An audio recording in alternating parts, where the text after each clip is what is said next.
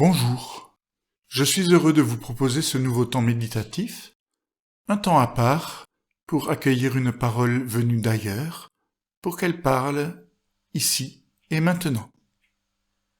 Ne vous inquiétez pas. Nous voulons laisser résonner ces mots dans les espaces intérieurs ouverts à cette fin, et c'est pour qu'ils s'ouvrent davantage, pour nous mettre en disponibilité de compagnonnage avec celui qui parle, que je vous invite à l'écoute de l'aria des variations Goldberg de Johann Sebastian Bach, ici interprété à la harpe.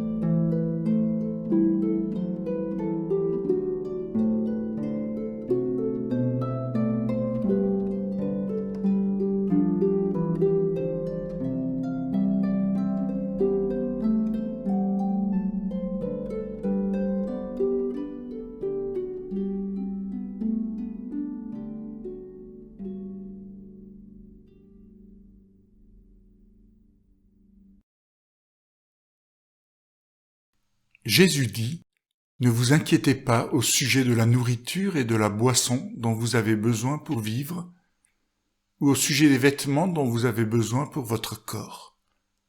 La vie n'est-elle pas plus que la nourriture, et le corps plus important que les vêtements ?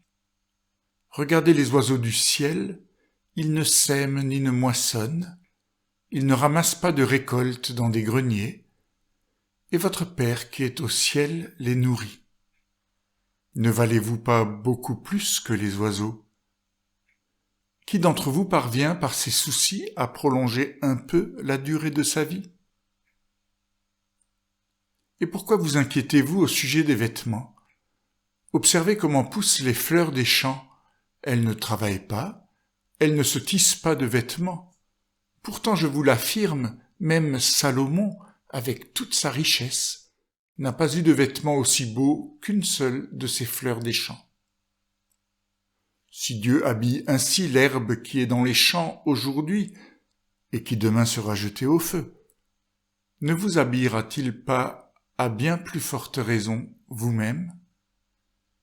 Comme votre confiance en lui est faible. Ne vous inquiétez donc pas en disant « qu'allons-nous manger ? Qu'allons-nous boire ? Ou qu'allons-nous mettre pour nous habiller ?» Tout le monde recherche sans arrêt tout cela. Mais vous, votre Père qui est au ciel sait que vous en avez besoin. Cherchez d'abord le règne de Dieu, cherchez à faire sa volonté, et Dieu vous accordera aussi tout le reste.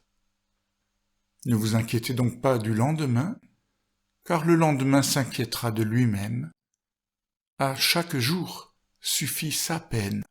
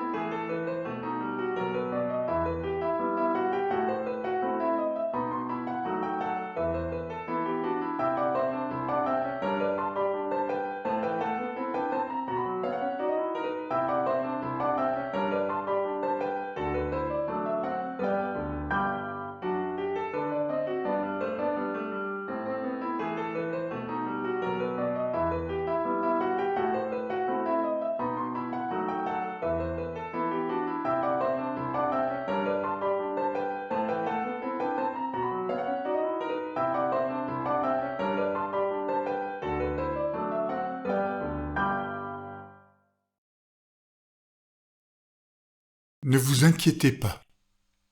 Ce n'est pas juste une parole dite à la légère, comme quand nos ados nous disent « T'inquiète, je gère ». Jésus a l'air très sérieux, au contraire. Et il insiste. Pourquoi vous inquiétez-vous ? Ne vous inquiétez donc pas. Ne vous inquiétez pas du lendemain. Si ces paroles tombaient du ciel, venant du vieux barbu assis sur son nuage, on pourrait dire c'est normal, il n'a pas les pieds sur terre, lui. Jésus, c'est précisément Dieu qui a mis les pieds sur terre. Un homme, comme nous. Comment peut-il considérer les inquiétudes comme si elles n'étaient pas tout simplement là, qu'on le veuille ou non ? Et même qu'elles sont parfois légitimes ? D'une manière ou d'une autre, nous sommes tous exposés à l'inquiétude devant toutes sortes d'incertitudes quant à ce qui nous attend. Et Jésus dit, « Ne vous inquiétez pas ». Un bon chrétien serait-il celui qui sait nier la réalité, vivre comme si ce qui est n'était pas ? D'abord, un bon chrétien, ça n'existe pas. Il y a ceux qui croient, ceux qui veulent croire, ceux qui essayent de vivre ce qu'ils croient. Ensuite, l'Évangile ne nous dit pas comment nous devons ou devrions vivre. Il nous dit bien plus comment nous pouvons vivre, en quoi la confiance nous transforme et les perspectives nouvelles qu'elle ouvre. Quand il dit « ne vous inquiétez pas », Jésus n'exclut pas l'inquiétude et il ne condamne pas les inquiets. Il montre un autre rapport à ce qui est, et qui est peut-être même légitime, une autre façon de vivre avec nos inquiétudes. Les voir, les surmonter pour que ce ne soit pas elles qui nous dominent, les traverser pour qu'elles ne soient plus des obstacles sur notre route, et puis les lâcher, les laisser derrière nous. Car n'est-ce pas, nous nous y accrochons parfois, par facilité, ou parce que ça nous donne l'illusion de ne pas être naïfs devant les choses et les gens. Jésus n'appelle pas à l'insouciance ou à l'irresponsabilité. Il ne demande pas non plus de négliger ce qui est terrestre, matériel, pour être de purs esprits hors sol. Ce n'est en tout cas pas ainsi qu'il faut comprendre le fameux « Cherchez d'abord le royaume de Dieu, et toutes choses vous seront données en plus ». Il nous dit là plutôt comment nous pouvons vivre autrement avec tout ce qui fait notre humanité, et notamment nos inquiétudes. Notre condition et notre vocation humaine, c'est d'être poussière, filles et fils de la terre, indissolublement liés à la terre et à tous les enfants de la terre. Et en même temps, filles et fils de Dieu qui met en nous son étincelle divine, le souffle de vie. Entre ces deux dimensions, il y a tout à la fois un équilibre et une hiérarchie. L'équilibre réside dans le fait de ne nier aucune des deux dimensions. La hiérarchie, elle, est énoncée par le principe qui veut que l'esprit guide la matière et non l'inverse. Quand je me focalise sur ma dimension de fils de la terre, cela atténue ma dimension spirituelle, en tout cas ma conscience de cette dimension. Mais quand je me centre sur ma dimension spirituelle, bien des choses changent positivement, aussi dans mon existence terrestre. C'est en me centrant sur un niveau plus élevé de mon être que je peux voir, surmonter, traverser, lâcher et laisser derrière moi un certain nombre de difficultés de l'existence, et notamment les inquiétudes.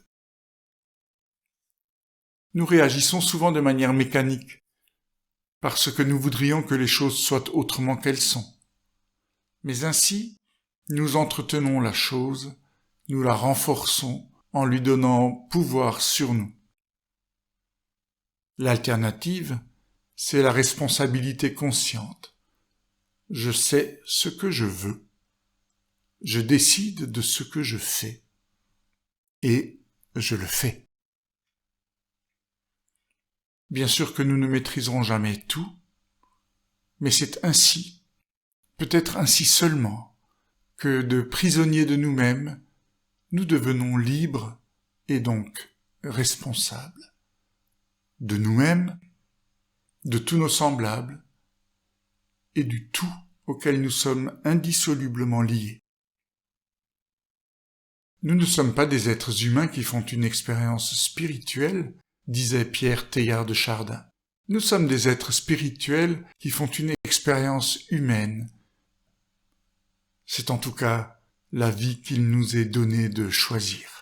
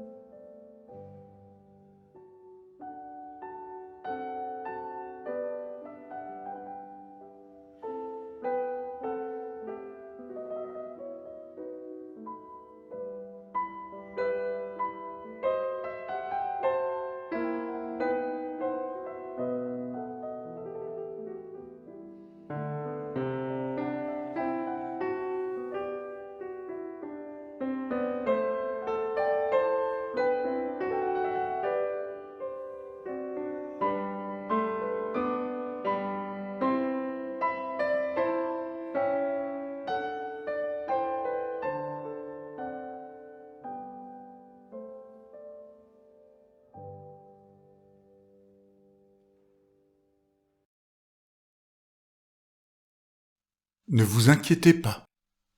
Avec ces mots nous est rappelée la bonne nouvelle de la grâce de Dieu, qui ouvre à chacune et chacun de nouveaux horizons.